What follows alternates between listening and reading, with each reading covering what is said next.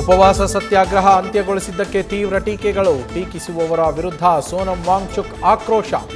Deal ಮಾಡಿಕೊಳ್ಬೇಕಿದ್ರೆ 26 ದಿನ ಉಪವಾಸ ಕೂರಬೇಕಿತ್ತ, ಈಗ ಪ್ರಾಮಾಣಿಕತೆಯನ್ನ ಸಾಬೀತುಪಡಿಸಬೇಕಾ ಅಂತ ಕಿಡಿ.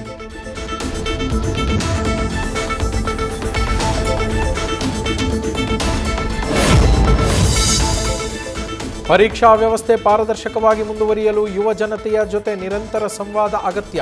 ನೀವು ಹಂಚಿಕೊಂಡಿರುವ ಸಲಹೆಗಳನ್ನು ಗಮನಿಸಿದ್ದೇನೆ. ಮತ್ತೊಂದು ವಿಡಿಯೋ ಮೂಲಕ ಯುವ ಜನತೆಗೆ ಪ್ರಧಾನಿ ಮೋದಿ ಕೃತಜ್ಞತೆ ಸಲ್ಲಿಕೆ.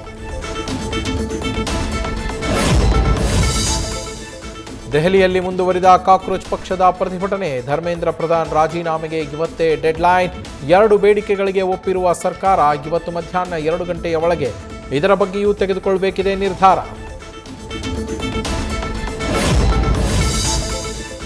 ದೆಹಲಿಯಲ್ಲಿ ಕಾಕ್ರೋಚ್ ಪ್ರತಿಭಟನೆಗೆ ರಾಜ್ಯ, ಕೇಂದ್ರ ಬಿಜೆಪಿಗೂ ಶಾಕ್. ರಾಜ್ಯದಲ್ಲೂ ಜೋರಾಗ್ತಾ ಇರುವ ವಿದ್ಯಾರ್ಥಿ ಸಂಘಟನೆಗಳ ಒಗ್ಗಟ್ಟು. ಇಲ್ಲೂ ಬಿಜೆಪಿ ವಿರುದ್ಧ ಹೋರಾಟಕ್ಕೆ ಇಳಿಯೋ ಸಾಧ್ಯತೆ ಹಿನ್ನೆಲೆ ಹೆಚ್ಚಾದ ಟೆನ್ಷನ್.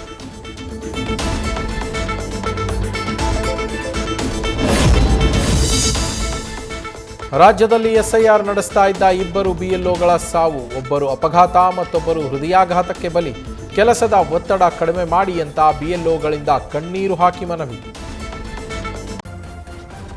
ನ್ಯೂಸ್ ಫಸ್ಟ್, ನಿರ್ಭೀತಿಯಿಂದ ನಿಮ್ಮ ಪರವಾಗಿ.